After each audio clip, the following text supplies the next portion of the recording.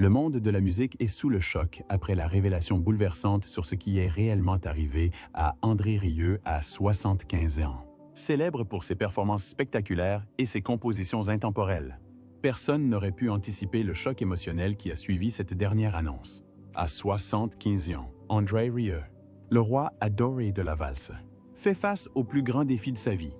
Une soudaine panique sanitaire lors d'un concert a laissé les fans du monde entier sous le choc, suscitant de vives inquiétudes quant à son avenir. Ce qui est arrivé à André Rieu vous brisera le cœur plus que vous ne pouvez l'imaginer.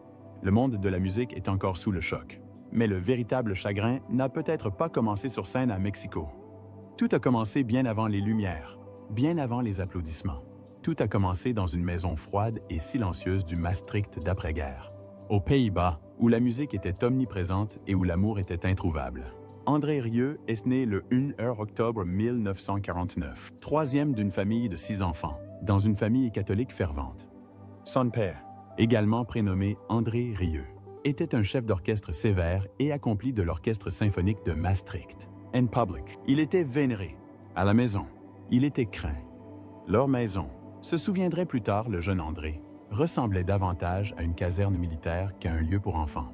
L'affection y était remplacée par la discipline, les compliments par la pression. « Mes parents ne m'aimaient pas beaucoup », a dit un jour André. Ce n'est pas un sentiment, c'était la vérité. Il n'y avait pas de câlin, pas de rires, pas de liberté. Les amis n'étaient pas autorisés à venir. La maison était silencieuse, non pas dans la paix, mais dans la répression. Sa mère était obsédée par ses notes et ses exercices de violon. Un jour, lorsque ses professeurs qualifiaient André d'artiste, elle s'en offusquait, comme si c'était une insulte. Dans cette maison, la perfection était la seule valeur. Et même cela, semblait-il, ne suffisait jamais. Mais un miracle se produisit en 1954. À 5 ans, André tomba amoureux, non pas avec le violon, mais avec la personne qu'il tenait. Elle avait 18 ans, était blonde, belle, sa première professeure de violon. Il était trop jeune pour comprendre le romantisme, mais assez vieux pour ressentir de l'admiration. Il comprenait à peine les notes, mais il était hypnotisé par ses mains. La façon dont elle bougeait l'archait, la façon dont l'instrument réagissait à son toucher. En quelques semaines, alors que d'autres enfants peinaient encore à tenir correctement l'archette, André avait découvert le vibrato, ces tremblements émotionnels qui donnent vie à une note. Jouer parfaitement ne lui importait pas. Il voulait ressentir quelque chose. Et la musique finit par le laisser faire. Pourtant, même cette joie était teintée d'une ombre, alors qu'André entrait dans l'adolescence au début des années 1960. La tension entre lui et son père devint insupportable. Sa passion pour les valses et la musique classique légère se heurtait à la vision rigide de son père du grand art. Lorsqu'André finit par avouer qu'il voulait jouer des valses, son père rétorqua « Je ne t'ai pas appris à jouer des valses. » Ce n'était pas un simple rejet, c'était un effacement. Son amour pour la joie de vivre dans la musique fut perçu comme une trahison. La rupture décisive survint à la fin des années 1960, vers 1968, lorsqu'André ramena chez lui celle qu'il aimait, Marjorie, sa future épouse. Au lieu de l'accueillir, sa mère lui ordonna de partir. « Retourne dans ta chambre propre », dit-elle à son fils, comme s'il était encore un enfant, comme si l'amour n'avait pas sa place dans leur monde. Cette nuit-là, André prit une décision qui allait définir le reste de sa vie. Il partit et ne se retourna plus jamais. Ses parents n'ont jamais assisté à un seul concert. Pas même lorsqu'il remplissait les salles, pas même lorsqu'il est devenu l'un des artistes classiques les plus célèbres de l'histoire. J'ai passé des années en thérapie à essayer de comprendre pourquoi mon enfance m'a semblé si vide, a-t-il un jour avoué. Le succès, les châteaux, les milliers de fans scandant son nom, rien de tout cela n'a pu apaiser le silence qui emplissait autrefois sa maison.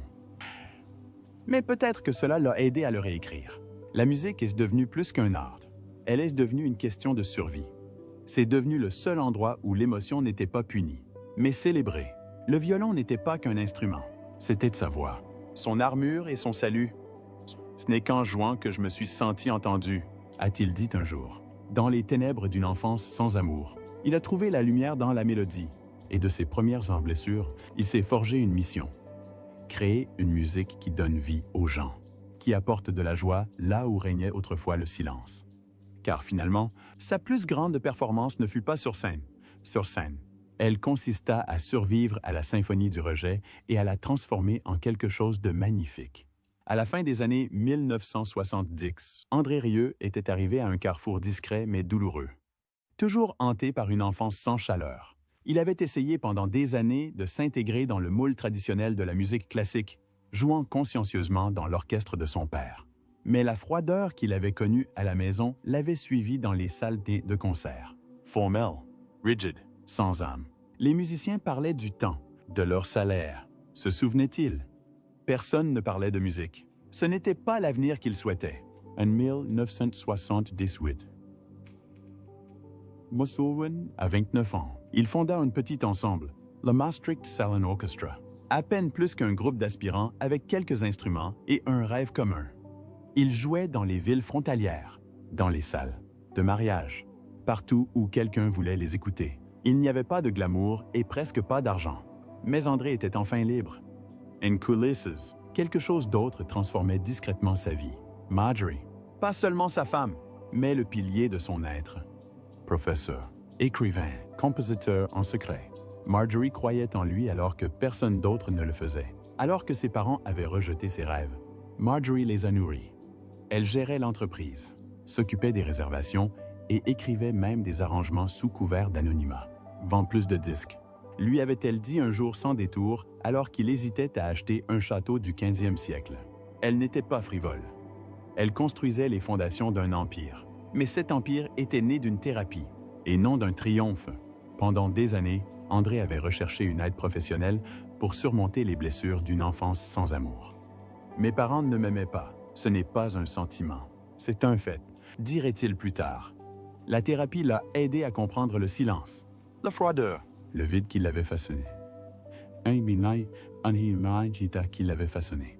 Mais la guérison n'était pas passive. Il devait créer un monde qui ne ressemblait en rien à celui d'où il venait. En 1987, ce besoin s'est transformé en action. À presque 40 ans, André a décidé que le Maastricht Salon Orchestra avait fait son temps. Il était temps de rêver plus grand, de construire quelque chose qui puisse apporter de la joie, et pas seulement des notes sur une page. Cette année-là, il fonda l'orchestre Johann Strauss avec seulement 12 musiciens. C'était une idée audacieuse, presque ridicule.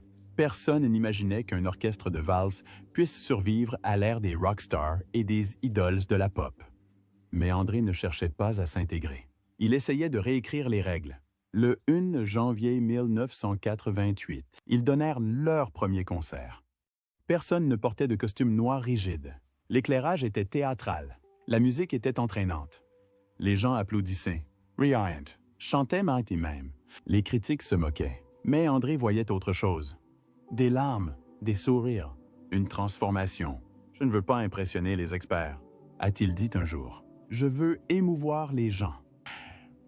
La première année, ils jouèrent dans des salles modestes et interprétèrent de vieux airs folkloriques. Mais l'idée de la musique comme célébration, et non comme cérémonie, prenait de l'ampleur. Marjorie continua d'orchestrer dans l'ombre, façonnant le son et gérant les finances. Therapy, musique, amour, rebellion. Tout cela s'était réuni dans cette expérience étrange et magnifique. André était loin de se douter que 7 ans plus tard, en 1995, une simple valse dans un stade de football ferait de lui un phénomène international. Mais même à ses débuts, la mission était claire. La joie était au cœur de l'action. L'orchestre n'était pas qu'un divertissement. Ce fut une guérison pour lui et pour les millions de personnes qui allaient bientôt venir l'écouter. Avant que le monde ne voie André Rieu transformer un stade de football en salle de bal, rares étaient ceux qui auraient pu imaginer la lutte silencieuse qu'il avait déjà menée pour y parvenir. Pendant des décennies, il avait lutté, non seulement pour guérir d'une enfance sans amour, mais aussi pour prouver que l'émotion avait sa place dans la musique classique. Son parcours n'était pas motivé par l'ego, mais par le besoin d'apporter de la joie là où régnait autrefois le silence. Ce besoin allait entrer dans l'histoire en 1995. Lorsqu'une seule performance, à la mi-temps, allait bouleverser les règles et tout changer. On le traita de clown, d'imposteur, D22. Mais en mai 1995, André Rieu a fait irruption au cœur d'un terrain de football et a changé à jamais le destin de la musique classique.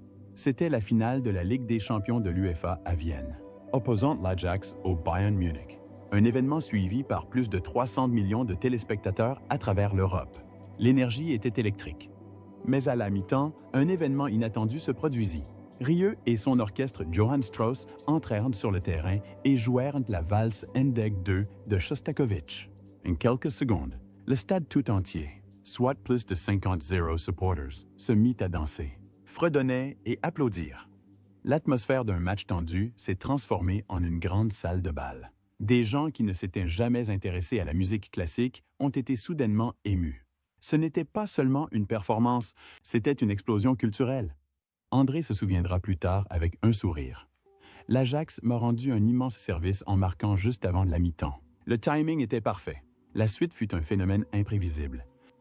Dans les jours qui suivirent ce concert, Rieu vendit plus de 200 CD en une semaine.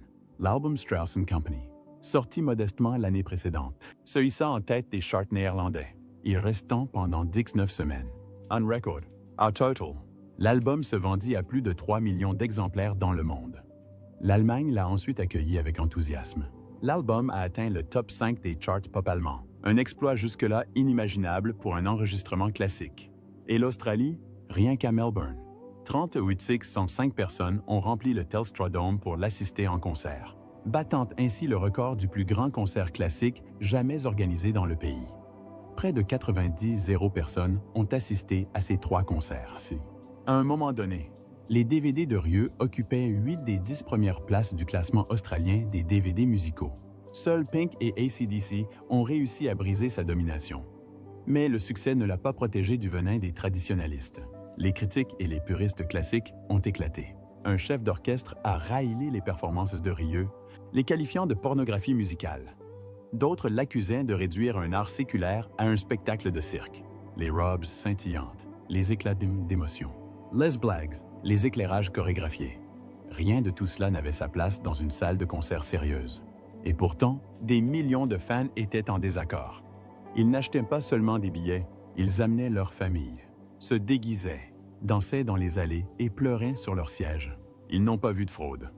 Ils voyaient la liberté. Rieu avait capté quelque chose que les élites avaient longtemps ignoré. La soif d'émotion, de joie, de beauté, qui n'était pas enfermée dans des cordons de velours et des traditions rigides. Il a dit un jour, « Vous connaissez cette atmosphère solennelle des concerts classiques? C'est précisément ce qui éloigne les gens. Chez nous, elle n'existe tout simplement pas. » En 2008, il a redoublé d'efforts pour concrétiser sa vision. Il construisit une réplique grandeur nature du château de Schönbrunn à Vienne, avec fontaine, lustre et même calèche, et l'emmena en tournée. L'œuvre coûta plus de 30 millions d'euros et horrifia le monde classique. Mais pour le public, c'était magique. En 2010, grâce à cet inoubliable moment de 1995 et à tout ce qui a suivi, André Rieu n'était plus seulement un musicien. Il était un mouvement, une révolution en habit, qui valsait droit dans le cœur de millions de personnes. Et quoi qu'en disent les critiques, il avait déjà gagné. En 2010, André Rieu avait atteint une renommée mondiale. Mais derrière les valses scintillantes et les arènes bondées, son corps et son âme réclamaient silencieusement le repos. Cette année-là, une tragédie le frappa. Une infection virale endommagea son oreille interne. Cela peut paraître anodin, mais pour un violoniste, l'équilibre et l'orientation sont essentiels. Soudain, André ne pouvait plus marcher droit, et encore moins jouer. Il fut contraint d'annuler une tournée tant attendue, une décision qui le bouleversa émotionnellement. Pour un homme qui se targuait de ne jamais décevoir son public, c'était une véritable trahison. Il ne s'agissait pas seulement de manquer des représentations, mais de réaliser avec effroi que son corps, autrefois son allié, pourrait désormais devenir sa cage. Dans des interviews, il admettrait plus tard « C'était la première fois que je craignais vraiment que tout cela ne s'arrête. » Mais le pire était encore à venir. En décembre 2016, lors de ce qui devait être une joyeuse tournée de Noël au Royaume-Uni, un nouveau coup dur lui fut porté, non pas physiquement, mais au cœur. Ruud Merckx, son tromboniste de longue date et l'un de ses amis les plus proches, décéda subitement dans son sommeil lors d'une tournée à Leeds. Merckx faisait partie de l'orchestre depuis plus de 20 ans. Son épouse, également violoniste, était à ses côtés à son décès. André était dévasté. Il annula immédiatement le concert de Nottingham et, peu après, toute la tournée. Londres, Birmingham, Glasgow. Tous ces concerts disparurent du programme. C'était la première fois qu'André Rieu cédait non pas à la maladie, mais au chagrin. André a déclaré plus tard qu'il faisait partie de sa famille. À sa mort, il a eu le sentiment de perdre un frère. Cette perte a résonné dans l'orchestre, dont beaucoup étaient à ses côtés depuis 25 ans ou plus. Ce Noël-là fut silencieux, empli non pas de musique, mais de deuil. Malgré ses ravages, André persévéra. Il continua à chanter malgré la fièvre, l'épuisement et la solitude. Même en 2019, alors qu'il souffrait d'une grippe sévère, il est monté sur scène, souriant à la foule, cachant sa douleur. Pour lui, la musique était un devoir, non seulement envers ses fans, mais aussi envers ceux qui partageaient la scène avec lui. Il savait que chaque concert annulé signifiait une perte de revenus, des fans déçus et un élan brisé. Il a donc résisté. Mais aucune endurance n'a pu le protéger de ce qui s'est produit en mars 2024, à 74 ans, lors d'une tournée à Mexico. Ville connue pour son altitude et son air sec, André s'est effondré en coulisses après seulement sa deuxième représentation. Le mélange de décalage horaire, de mal des montagnes et d'une grippe virulente avait fini par le briser. Il était pris de vertige, fiévreux et, selon ses propres mots, se sentait centenaire. Il appela sa femme depuis les coulisses, retenant difficilement ses larmes, et lui avoua quelque chose qu'il n'avait jamais dit auparavant. « Je ne veux plus jamais revivre un premier concert comme celui-ci. C'était une limite. » Pour la première fois de sa vie, André a annulé une tournée entière. Plus de 40 Zero fans ont manqué l'occasion de le voir en concert. Pour un homme qui a bâti son empire sur la persévérance, cet effondrement n'était pas seulement physique, il était symbolique. C'était le moment où l'invincible roi de la valse démontrait enfin son humanité. Et pourtant, même dans cet instant de vulnérabilité extrême, l'esprit d'André ne s'est pas effondré. Il ne s'est pas caché. Au contraire, il a fait une promesse. Il ne se torturerait plus jamais ainsi. Son fils Pierre, qui avait discrètement pris de plus en plus de responsabilités en coulisses, prit le relais avec plus d'assurance. Les programmes de tournée furent repensés. Fini les vols consécutifs entre les continents. Fini les longs trajets malgré la maladie. Europe uniquement. Plus près de chez lui. Place en sécurité. Pierre était devenu non seulement le gardien de l'entreprise, mais aussi le garant de la santé de son père. Ce fut un tournant, non seulement pour la carrière d'André, mais aussi pour la pérennité de son héritage. En perdant ses forces, il trouva une protection. En tombant, il retrouva les bras de ceux qui l'aimaient vraiment. Et dans le silence qui suivit l'annulation des concerts, André entendit quelque chose de puissant. La musique de la vie, qui lui demandait de rester encore un peu, mais seulement à ses propres conditions. Mais la plus grande épreuve de la résilience d'André n'a pas eu lieu sur scène, mais durant le silence mondial provoqué par la pandémie de COVID-19. En 2020 et 2021, tous les concerts ont été annulés. Toutes les tournées ont été reportées. Et son empire mondial s'est effondré. Pour un artiste qui vivait de la connexion en direct, le silence était assourdissant. Financièrement, l'impact a été catastrophique. Des dizaines de millions d'euros ont été perdus. Mais le coût humain a été encore plus lourd. Des centaines de musiciens, technicians, concepteurs, pilotes et membres du personnel se sont retrouvés dans l'incertitude. Et pourtant, André a commis l'impensable. Il a refusé de licencier une seule personne, de ses propres poches. Il a continué à payer leur salaire, mois après mois, assumant discrètement le fardeau. À un moment donné, il a même mis en vente son cher violon Stradivarius, non pas pour s'en séparer, mais pour le protéger d'une saisie en cas de faillite. Je ne supportais pas l'idée de le perdre, dira-t-il plus tard, mais je supportais encore plus l'idée de laisser partir mes proches. Pendant le confinement, il se retirait dans les couloirs silencieux de son château où il composait de la musique en solitaire, déversant ses peurs, ses espoirs et son chagrin dans de nouvelles compositions. C'était une période sombre, mais aussi transformatrice. Pour la première fois depuis des décennies, il ralentissait. Il réfléchit, il se prépara, non seulement à revenir, mais à revenir plus sage. Place déterminée, place humain. Lorsque le monde a rouvert, ce n'était pas seulement un retour en force, c'était une résurrection. Cette résurrection s'accompagnait d'un nouveau chapitre. Guérison et recalibrage. En 2022 et 2023, ces concerts ont pris un ton plus calme et plus émotionnel, là où autrefois régnaient des jeux de lumière éblouissants et des décors somptueux. Régnait désormais l'intimité, les histoires, les souvenirs et la gratitude. Lors d'une représentation à Vienne, il s'est arrêté au milieu du spectacle et a simplement dit « Chaque note que nous jouons ce soir est un merci d'être encore là. » Le public n'a pas seulement applaudi, il a pleuré. La musique a toujours été une célébration. C'était désormais aussi une prière. Plus que jamais, André semblait canaliser non seulement des mélodies, mais aussi des émotions. Toute une vie de douleur, de résilience et de grâce se déversait dans son violon. Et derrière lui, Pierre était toujours là, gérant le chaos, protégeant son père du travail acharné, veillant à ce que chaque note puisse être jouée en toute tranquillité. La même année, André racheta discrètement le Stradivarius qu'il avait failli vendre. Ce n'était pas qu'un simple instrument, c'était un symbole de survie. Le château, autrefois une forteresse de rêve, était devenu un sanctuaire. Là, il reprit sa composition. Non pas pour impressionner, mais pour exprimer. Une nouvelle suite, née de ces nuits silencieuses de pandémie, a été créée devant une foule en larmes à Maastricht. Et même s'il plaisantait en disant qu'il jouait jusqu'à 13h40, son sourire exprimait désormais la sagesse d'un homme qui sait que chaque rappel pourrait être le dernier. Il restait là. Il jouait. Car pour André Rieu, la musique n'est pas une performance. C'est la vie même. Dans la paisible ville de Maastricht, berceau de l'histoire d'André Rieu, le légendaire violoniste passe désormais la plupart de ses journées entre les murs couverts de lierre, d'un château du XVe siècle qu'il a acheté sur un coup de tête avec sa femme Marjorie lors de vacances. Ce n'est pas seulement une résidence. C'était le cœur d'un empire, conçu par Rieu lui-même. Le château est le reflet de son âme. L'élégance autrichienne, le charme bavarois et le romantisme vénitien se conjuguent dans un espace fantastique qui abrite non seulement leur vie, mais aussi les activités de son royaume musical. Ici, au milieu des lustres majestueux et des salles résonnantes, la musique ne s'arrête jamais vraiment. Mais André a changé. Aujourd'hui, à 75 ans, il a atteint un stade de réflexion, de recueillement, et peut-être même d'adieu, depuis son effondrement dans les coulisses de Mexico en mars 2024, un événement qui a secoué ses fans et l'a ébranlé lui-même. Il a opéré des changements radicaux. L'époque des tournées à travers le monde est révolue. Finissent les tournées à travers les continents qui provoquent le décalage horaire.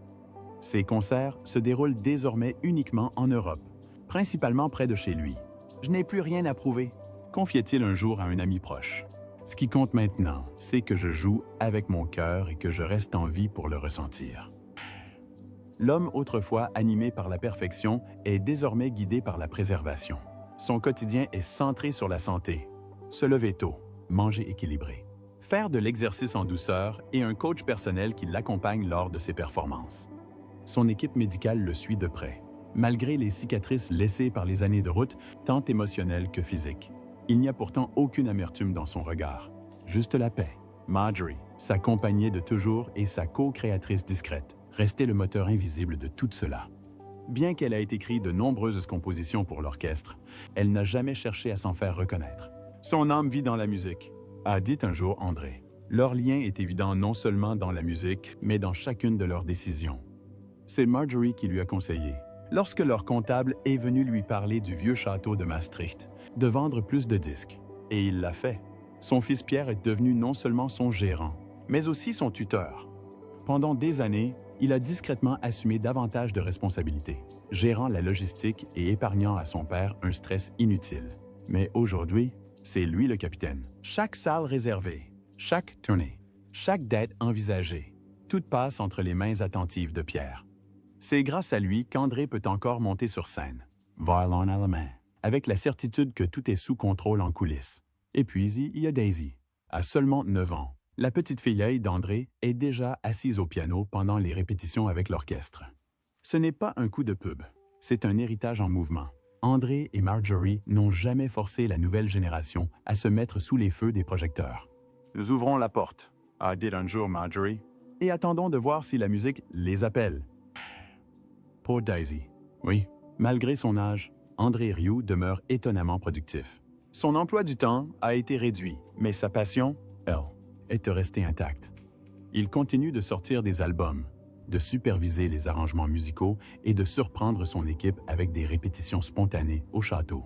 Mais aujourd'hui, il ne joue plus pour les critiques ou les disques, mais pour la joie, la guérison, pour sa famille, pour la mémoire de ceux qu'il a perdus et pour la musique qui l'a soutenu. Ce Fortune, autrefois presque anéanti pendant la pandémie, est désormais géré avec soin.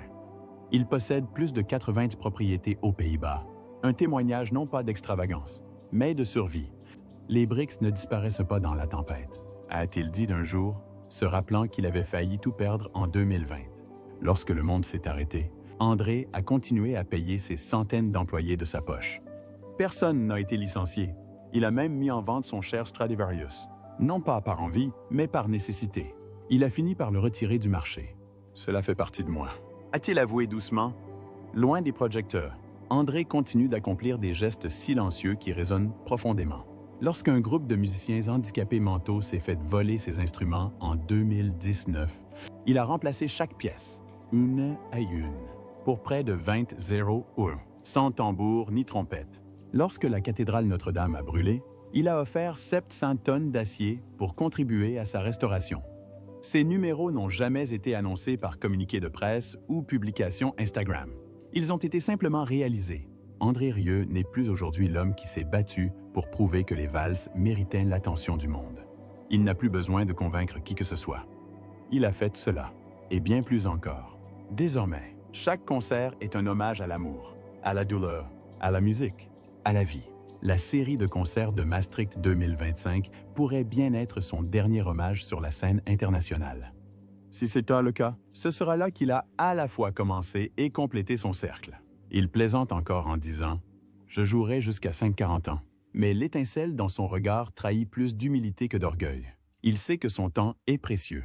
Chaque note qu'il joue est un remerciement supplémentaire à la vie qu'il a bâtie, à la famille qui l'a soutenu et au public qui n'a jamais cessé de l'écouter. Et peut-être, dans ces dernières vibrations persistantes d'une valse, le monde entendra-t-il non seulement le son de la musique, mais aussi le battement de cœur d'un homme qui a tout donné, pour finalement le retrouver au centuple.